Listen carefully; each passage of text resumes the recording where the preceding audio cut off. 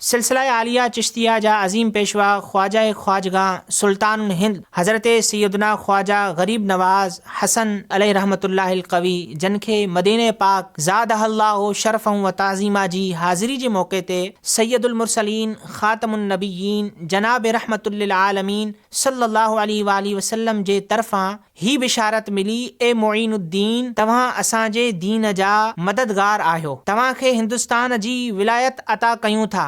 हाणे अजमेर वञो, तव्हांजे ज़रिए बेदीनी ख़तमु थींदी ऐं इस्लाम जी रोशनी वधंदी। अहिड़ी रीत यानी इन हुक्म जे मुताबिक़ सैयदना सुल्तानुल हिंद ख्वाजा गरीब नवाज़ रहमतुल्लाहि ताला अलैहि मदीनतुल हिंद अजमेर शरीफ तशरीफ़ फरमा थिया। संदन जी काविश सां घणा माण्हू इस्लाम क़बूल करण लॻा।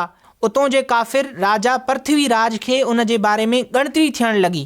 अहिड़ी रीत उतां जे सभ खां ख़तरनाक ख़ौफ़नाक जादूगर अजय पाल जोगी खे सरकारे ख्वाजा गरीब नवाज़ रहमतुल्लाहि ताला अलैहि जे मुक़ाबले जे लाइ तयारु कयो। अजय पाल जोगी पंहिंजे चीलनि सां गॾु जमात वठी ख्वाजा साहब रहमतुल्लाहि ताला अलैहि वटि आयो।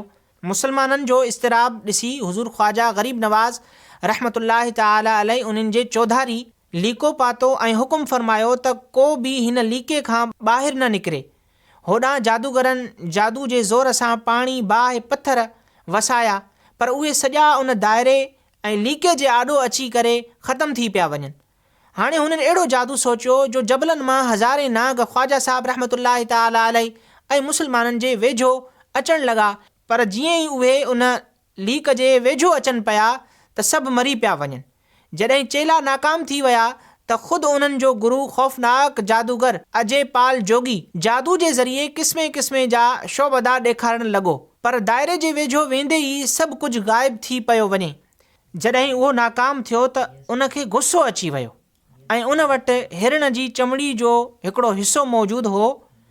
उनखे उछले करे टपो ॾेई उन ते चढ़ी वेठो ऐं उॾामंदो हिकदमि बुलंद मथे चढ़ी वियो।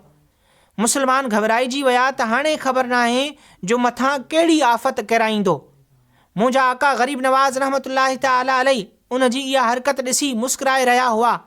पाण रहमतुल्लाहि ताला अलैहि पंहिंजे नालैन मुबारक खे इशारो कयो। हुकुम मिलंदे ई उहा बि तेज़ी सां उॾामंदे जादूगर जो पीछो करण लॻी। अखि छंभ में मथे पहुची वई ऐं उन जे मथे ते लाॻीतो वसंदी रही, यानी उनखे लॻी ऐं बार बार उहा उन ते वसंदी रही।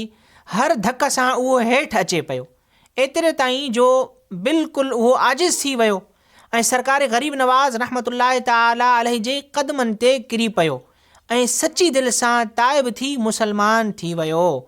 पाण रहमतुल्लाहि ताला अलैहि उन जो इस्लामी नालो अब्दुल्लाह रखियो ऐं उहो ख्वाजा साहब रहमतुल्लाहि ताला अलैहि जी पुरतासीर फैज़ भरी निगाह सां विलायत जे आला मक़ाम ते फ़ाइज़ थियो। अब्दुल्लाह बयाबानी जे नाले सां ऐं शोहरत पिण माणी। अल्लाह अज़्ज़ व जल जी उन्हनि ते रहमत हुजे ऐं उन्हनि जे सदके असांजी बेहिसाब बख़्शिश थिए।